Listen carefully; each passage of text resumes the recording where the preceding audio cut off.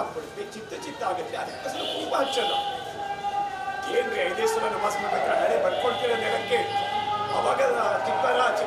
ಮೈಸೂರು ದಸರಾ ಉದ್ಘಾಟನೆಗೆ ಬಾನು ಮುಷ್ಕತ್ ಅವರನ್ನ ಆಹ್ವಾನಿಸುವ ನಿರ್ಧಾರವನ್ನು ಮರುಪರಿಶೀಲಿಸಿ ಆಗ್ರಹಿಸಿ ಇಂದು ರಾಷ್ಟ್ರ ಸಮನ್ವಯ ಸಮಿತಿ ಜಿಲ್ಲಾಧಿಕಾರಿಗಳ ಮೂಲಕ ಮುಖ್ಯಮಂತ್ರಿಗಳಿಗೆ ಮನವಿ ಸಲ್ಲಿಸಿದರು. ಮೈಸೂರು ದಸರಾ ಕೇವಲ ಸಾಂಸ್ಕೃತಿಕ ಹಬ್ಬವಲ್ಲ, ಅದೊಂದು ಧಾರ್ಮಿಕ ಹಬ್ಬ ಆಗಿದೆ. 9 ದಿನಗಳ ನವರಾತ್ರಿ ವೇಳೆ ಕಾಳಿ, ಮಹಾಲಕ್ಷ್ಮಿ, ಸರಸ್ವತಿ ದೇವಿಯವರ ಆರಾಧನೆ ನಡೆಯುತ್ತದೆ. 10ನೇ ದಿನ ಚಾಮುಂಡೇಶ್ವರಿ ಮಹಿಷಾಸುರ ಸಂಹಾರ ಮಾಡಿ ವಿಜಯೋತ್ಸವವನ್ನು ಆಚರಿಸಲಾಗುತ್ತದೆ. ಇದು ಹಿಂದೂಗಳ ಪವಿತ್ರ ಹಬ್ಬ. ಇದರ ಉದ್ಘಾಟನೆಗೆ ಬರುವವರಿಗೆ ಮೂರ್ತಿ ಪೂಜೆ ಮೇಲೆ ಭಕ್ತಿ ಹಾಗೂ ನಾಡದೇವಿಯ ಮೇಲೆ ಗೌರವ ಹೊಂದಿರಬೇಕು. ಆದರೆ ಬಾನು ಮುಷ್ಕತ್ ಅವರು ಈ ಹಿಂದೆ ಭಾಷಣಗಳಲ್ಲಿ ನಾಡದೇವಿ ಭುವನೇಶ್ವರಿಯನ್ನ ನಂಬುವುದಿಲ್ಲ ಎಂದು ಸ್ಪಷ್ಟವಾಗಿ ಹೇಳಿದ್ದಾರೆ. ದತ್ತಪೀಠ ಸಂದರ್ಭದಲ್ಲೂ ಮುಸ್ಲಿಂ ಸಮುದಾಯ ಪರವಾಗಿ ಮಾತನಾಡಿದ್ದಾರೆ. ಆದ್ದರಿಂದ ಅವರನ್ನ ದಸರಾ ಉದ್ಘಾಟನೆಗೆ ಆಹ್ವಾನಿಸಿರೋದು ಸರಿಯಲ್ಲ ಅಂತ ಟೀಕಿಸಿದರು. Royal collection mega offer alert. Buy products worth rupees 2,999. Get a stylish watch worth rupees 399 free. All types of caps, watches, belts, sunglasses, leather wallet, woolen caps. Our collection included trendy sunglasses, stylish caps, premium leather belt, smart leather wallets, branded watch, woolen caps. Visit us at City Center, Nehru Road, Shimoga. Contact us 7760734179. Karnataka ರಾಜ್ಯದಲ್ಲಿ ಕಾಂಗ್ರೆಸ್ ಸರ್ಕಾರ ಬಂದಾಗಿನಿಂದಲೂ ಸಹ ಹಿಂದೂ ವಿರೋಧಿ ಕೃತ್ಯಗಳನ್ನು ಮಾಡಿಕೊಂಡೇ ಬಂದಿದೆ. ಇತ್ತೀಚಿನ ಬೆಳವಣಿಗೆ ನೋಡಿದಾಗ ಧರ್ಮಸ್ಥಳ ವಿರೋಧಿ ಗುಂಪಿಗೆ ರಾಜ್ಯ ಸರ್ಕಾರನೇ ಕುಮ್ಮಕ್ಕು ಕೊಟ್ಟು ಕೆಲಸ ಮಾಡಿಸ್ತಾ ಇದೆಯೇನೋ ಅಂಥೇಳಿ ಜನ ಮಾತಾಡ್ಕೊಳ್ತಾ ಇದ್ದಾರೆ. ಅದ್ರ ಜೊತೆಗೆ ಅದೊಂದು ಟೆಂಪಲ್ ಜಿಹಾದ್ ಅಂತ ಕರೆದ್ರೆ ಇನ್ನೂ ಒಂದು ಹೆಜ್ಜೆ ಮುಂದೆ ಹೋಗಿ ನಮ್ಮ ರಾಜ್ಯ ಸರ್ಕಾರ ಮತ್ತು ಮುಖ್ಯಮಂತ್ರಿಗಳು ಸಾಂಸ್ಕೃತಿಕ ಜಿಹಾದನ್ನು ಮಾಡ್ತಾ ಇದ್ದಾರೆ ಅಂತ ನಾನು ಹೇಳಲಿಕ್ಕೆ ಇಷ್ಟಪಡ್ತೀನಿ. ಇದು ಯಾವ ಪರಂಪರೆ ಸಿದ್ದರಾಮಯ್ಯನವರೇ? ನಮ್ಮ ಸಂಸ್ಕೃತಿಯನ್ನು ಹಾಳು ಮಾಡುವಂತಹ ಕೆಲಸವನ್ನು ತಾವು ಮಾಡ್ತಾ ಇದ್ದೀರಿ. ಉಗ್ರವಾದಿಗಳಿಗೆ, ಮತೀಯವಾದಿಗಳಿಗೆ ಭಾರತದ ಹಿಂದೂ ಸಂಸ್ಕೃತಿಯನ್ನು ನಾಶ ಮಾಡಬೇಕು ಅಂಥೇಳಿ ಅವರ ಬೇಡಿಕೆನೇ ಅದಾಗಿದೆ. ಅದನ್ನು ಅವರು ಪ್ರತಿದಿನವೂ ಮಾಡ್ತಾರೆ.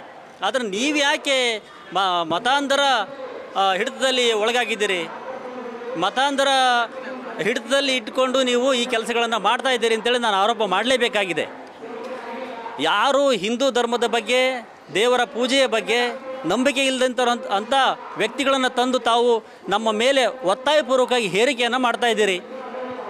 ದೇವರ ಮೇಲೆ ನಂಬಿಕೆ ಇಲ್ಲದಿರೋಂಥವ್ರನ್ನ ತಂದು ನೀವು ನಮ್ಮ ಮೇಲೆ ಹೇರಿಕೆಯನ್ನು ಮಾಡ್ತಾ ಇರೋದ್ರಿಂದ ಇದನ್ನು ನಾನು ಸಾಂಸ್ಕೃತಿಕ ಜಿಹಾದ್ ಅಂತಲೇ ಹೇಳೋದಕ್ಕೆ ಇಷ್ಟಪಡ್ತೀನಿ. ಹಾಗೆ ಇದೊಂದು ಹೊಂದಾಣಿಕೆಯ ಜಿಹಾದ್ ಅಂತ ನಾನು ಹೇಳೋಕ್ಕೆ ಇಷ್ಟಪಡ್ತೀನಿ.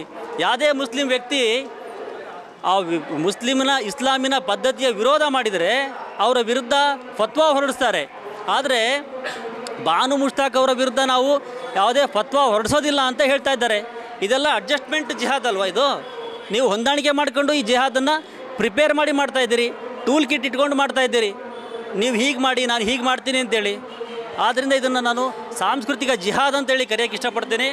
ಆದ್ದರಿಂದ ನಾವು ಹಿಂದೂ ಜಾಗೃತಿ ಸಮಿತಿಯ ಪರವಾಗಿ ಬಾನು ಮುಷ್ತಾಕ್ ಅವ್ರನ್ನ ಯಾವುದೇ ಕಾರಣಕ್ಕೂ ದಸರಾ ಉದ್ಘಾಟನೆಗೆ ಅವಕಾಶ ಕೊಡಲೇಬಾರ್ದು. ಯಾವುದೇ ಹಿಂದೂ ಪರಂಪರೆಯ ನಂಬಿಕೆ ಇರುವಂತಹ ಯಾವುದೇ ವ್ಯಕ್ತಿಯನ್ನು ತಾವು ಕರ್ಕೊಂಡು ಬನ್ನಿ, ಕಟ್ಟಕಡೆಯ ವ್ಯಕ್ತಿಯನ್ನು, ಹಿಂದೂ ಆಗಿರುವಂಥ ವ್ಯಕ್ತಿಯನ್ನು ತಾವು ಕರ್ಕೊಂಡು ಬಂದು ದಸರಾ ಉದ್ಘಾಟನೆ ಮಾಡಿಸಿ ಅಂತೇಳಿ ಈ ಮೂಲಕ ನಾನು ಆಗ್ರಹ ಮಾಡ್ತೇನೆ. ವಾಗೀಶ್ ವಕೀಲರು. ಹುಚ್ಚು ಸರ್ಕಾರ, ಹುಚ್ಚು ರಾಜ, ಹುಚ್ಚು ದರ್ಬಾರ್, ವಿವಾದಗಳ ಸರ್ಕಾರ ಇದಾಗಿದೆ. ಕಾಂಗ್ರೆಸ್ ಸರ್ಕಾರ ಬಂದಾಗಲಿಂದ ಹಲವಾರು ವಿವಾದಗಳು, ಒಂದ ಎರಡ. ಧರ್ಮಸ್ಥಳ ಹೋಯಿತು, ಈಗ ಮೈಸೂರಿನ ನಾಡ ಹಬ್ಬಕ್ಕೆ ಬಂದಿದ್ದಾರೆ. ಅದ್ರ ಮೇಲೆ ಮಾಡಿರೋ ತಪ್ಪುಗಳನ್ನು ಸರಿಪಡಿಸ್ಕೊಳೋದು ಬಿಟ್ಟು ಸಮರ್ಥನೆ ಮಾಡ್ಕೊಳ್ತಾರೆ. ಮಾಡೋ ತಪ್ಪುಗಳನ್ನೇ ಮತ್ತೆ ಮತ್ತೆ ಮಾಡ್ತೀಯಾರಲ್ಲ ಸಿದ್ದರಾಮಯ್ಯನವರು ಅಂತ ಬೇಜಾರಾಗುತ್ತೆ. ಯಾಕೆ ಬಾನು ಮುಷ್ತಾಕ್ವರೆಗೂ ಮಾನವೀಯತೆ, ಸೃಜನತೆ, ಸಹೃದಯಶೀಲತೆ ಅವೆಲ್ಲ ಇಲ್ವಾ? ಇಷ್ಟೆಲ್ಲ ವಿವಾದಗಳು ಕರ್ನಾಟಕದಲ್ಲಿ ಇದೆ. ಹೌದಪ್ಪ, ಏನೋ ತಪ್ಪಿದೆ ಅಂತ ಆಲೋಚನೆ ಮಾಡಿ ಅವರಾಗೆ ಹಿಂದೆ ಸರಿಬೇಕು. ಇಲ್ಲದೆ ಹೋದರೆ ಬರಬೇಕಾ? ಬಾನು ಮುಷ್ತಾಕ್ ಅವರು ದಯವಿಟ್ಟು ಕುಂಕುಮ ಹಚ್ಕೊಂಡು, ಕೈ ತುಂಬ ಬಳೆ ಹಚ್ಕೊಂಡು, ಹೂವು ಮುಡ್ಕೊಂಡು ಮೊದಲನೇ ಬಾರಿ ತಮ್ಮ ಮಸೀದಿಯಲ್ಲಿ ಹೆಜ್ಜೆ ಇಟ್ಟು ಅಲ್ಲಿ ಒಂದು ಪ್ರಾರ್ಥನೆ ಮಾಡಿ ನಂತರ ದೇವಸ್ಥಾನಕ್ಕೆ ಬಂದು ದೇವರ ಪೂಜೆ ಮಾಡಿ ನಂತರ ಉದ್ಘಾಟನೆ ಮಾಡಲಿ. ಚಾಮುಂಡೇಶ್ವರಿಯ ಆಶೀರ್ವಾದ ಅವರಿಗೆ ಇರಲಿ ಅಂತ ಕೇಳ್ಕೊಳ್ತೀನಿ. ಕನ್ನಡ ಅನ್ನೋದ್ರ ಬಗ್ಗೆ ಬಹಳಷ್ಟು ಮಾತಾಡ್ತಾರೆ. ಕನ್ನಡ ಹೊಟ್ಟೆಪಾಡಿಗೆ ಮಾಡ್ಕೊಂಡಿದ್ದಾರೆ ಅಂತ ನಮ್ಗೆ ಅನ್ನಿಸ್ತಾ ಇದೆ. ಈಗ ಕನ್ನಡವನ್ನು ಅಷ್ಟು ಮೇಲೆ ಅಭಿಮಾನ ಇದ್ದಿದ್ದರೆ ತಮ್ಮ ಸಮುದಾಯದ ಜನರಲ್ಲಿ ಬಹಳಷ್ಟು ಜನ ಕನ್ನಡ ಕಲ್ತಿಲ್ಲ. 10 ವರ್ಷಗಳಿಂದ ಇಲ್ಲೇ ಇದ್ರೂ ಇಲ್ಲಿಯ ನೀರು ಇಲ್ಲಿಯ ಮಣ್ಣು ಉಪಯೋಗಿಸ್ಕೊಂಡು ಇಲ್ಲಿಯ ಊಟ ಮಾಡ್ಕೊಂಡಿದ್ದು ಕನ್ನಡ ಮಾತಾಡೋಕ್ಕೆ ಬರಲ್ಲ. ಸ್ಕೂಲು ಅನ್ನೋ ಒಂದು ಪದವನ್ನು ಸರಿಯಾದ ರೀತಿ ಸ್ಕೂಲ್ ಅಂತ ಹೇಳಿಸ್ಬಿಡಿ ನೋಡೋಣ ನಿಮ್ಮ ಸಮುದಾಯದವರಿಗೆ. ಈ ಸ್ಕೂಲ್ ಅಂತ ಈಗಲೂ ಹೇಳ್ತಾರೆ. ಅಮ್ಮ ತಾಯಿ ದಯವಿಟ್ಟು ತಮ್ಮ ಸಮುದಾಯದವರಿಗೆ ಕನ್ನಡವನ್ನು ಕಲಿಸಿ ಕನ್ನಡ ಶಾಲೆ ತೆರೀರಿ ಮಾರ್ಯಾರ. ನಿಮ್ಮ ಏರಿಯಾಗಳಲ್ಲಿ ಎಲ್ಲೆಲ್ಲಿ ಬರುತ್ತೆ, ಸುಮ್ಮನೆ ಯಾಕೆ ವಿವಾದ ಸೃಷ್ಟಿ ಮಾಡ್ತೀರಾ? ಅಫ್ಕೋರ್ಸ್ ನೀವಾಗೇ ಬಂದಿರದೇ ಇರ್ಬೋದು, ನಮ್ಮ ನಾಯಕರು ನಿಮ್ಮನ್ನು ಕರೆದಿರ್ಬೋದು, ಆದರೆ ಆ ಕರೆದಿರೋದಕ್ಕೊಂದು ಸರಿಯಾದ ರೀತಿ ಗೌರವ ಬೇಕಲ್ವಾ? ಆಮೇಲೆ ನಿಮ್ಮ ನಾಯಕರುಗಳು ಎಷ್ಟು ಜನ ಕನ್ನಡ ಕಲಿತಿದ್ದಾರೆ? ಖಾದರ್ರೇ ಆಗಲಿ, ಜಮೀರ್ ಅಹಮದ್ದೇ ಆಗಲಿ, ಕನ್ನಡ ಸರಿ ಮಾತಾಡೋಕ್ಕೆ ಬರುತ್ತಾ? ದಯವಿಟ್ಟು ಸಿದ್ದರಾಮಯ್ಯನವರಲ್ಲಿ ಆಗ್ರಹಪೂರ್ವಕವಾಗಿ ಹೇಳ್ತಿರೋದು ಅಂದರೆ ಈ ನಿರ್ಧಾರ ವಾಪಸ್ ತಗೊಳ್ಳಿ. ಕನ್ನಡ ಜನತೆ ಬಗ್ಗೆ, ಹಿಂದೂ ಬಾಂಧವರಿಗೆ ಸರಿಯಾದ ನ್ಯಾಯ ಕೊಡಬೇಕು. ಅವರಿಗೆ ಮಹತ್ವ ಕೊಟ್ಟು, ಅವರ ಮಾತಿಗೆ ಮಹತ್ವ ಕೊಟ್ಟು ನೀವು ಈ ನಿರ್ಧಾರ ಬದಲಿಸಲೇಬೇಕು. ಅಕಸ್ಮಾತ್ ಹಾಗೆ ನಿರ್ಧಾರ ಬದಲಿಸದೇ ಇದ್ದರೆ ಮುಂದೆ ಏನಾಗುತ್ತೆ ಅಂತ ನಿಮಗೆ ಗೊತ್ತಾಗುತ್ತಲ್ಲ. ದಸರಾ ಚಲೋ, ಮೈಸೂರು ಚಲೋ, ಹಾಗೆ ಆಲ್ ಓವರ್ ಕರ್ನಾಟಕದಾದ್ಯಂತ ಕನ್ನಡಾಭಿಮಾನಿಗಳು ಮತ್ತು ಹಿಂದೂ ಅಭಿಮಾನಿಗಳು, ಹಿಂದೂ ಭಕ್ತಾದಿಗಳು ಚಾಮುಂಡೇಶ್ವರಿ ದೇವಿಗೆ ಸನ್ನಿಧಿಗೆ ಬರ್ತಾರೆ. ಅದು ಹೇಗೆ ನೀವು ಬಾನು ಮುಸ್ತಾಕನ್ನು ಉದ್ಘಾಟನೆ ಮಾಡಿಸ್ತೀರೋ, ಅವರಿಂದ ಉದ್ಘಾಟನೆ ಮಾಡಿಸ್ತೀರಂತ ನಾವು ನೋಡ್ತೀವಿ. ಸಿದ್ದರಾಮಯ್ಯನವರೇ ದಯವಿಟ್ಟು ಅದಕ್ಕೆಲ್ಲ ಅವಕಾಶ ಕೊಡಬೇಡಿ. ತಾವು ಬೇಗ ನಿರ್ಧಾರ ಬದಲಿಸಿ. ನೀವು ಬಹಳಷ್ಟು ಪ್ರಜ್ಞಾವಂತರಿದ್ದೀರಾ, ವಿದ್ಯಾವಂತರಿದ್ದೀರಾ. ಈ ಮಾತುಗಳನ್ನು ನಮ್ಮ ಕರ್ನಾಟಕದ ಜನರ ಭಾವನೆಗಳನ್ನು ನೀವು ಅರ್ಥ ಮಾಡ್ಕೊಳ್ತೀರ ಅಂತ ತಿಳ್ಕೊಂಡಿದ್ದೀವಿ. ಇನ್ನೊಮ್ಮೆ ಆಗ್ರಹಪೂರ್ವಕ ಕೇಳ್ಕೊಳ್ತಾ ಇದ್ದೀರಿ, ಈ ನಿರ್ಧಾರವನ್ನು ಬಿಡಿ, ಬದಲಿಸಿ. ಧನ್ಯವಾದಗಳು.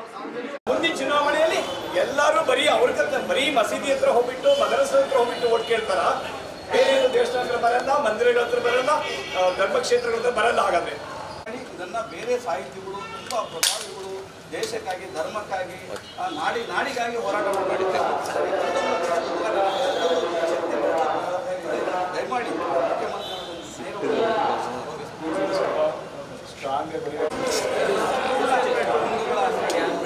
ಕ್ಯಾಮ್ರಾನೇ ಬರ್ತೈತೆ.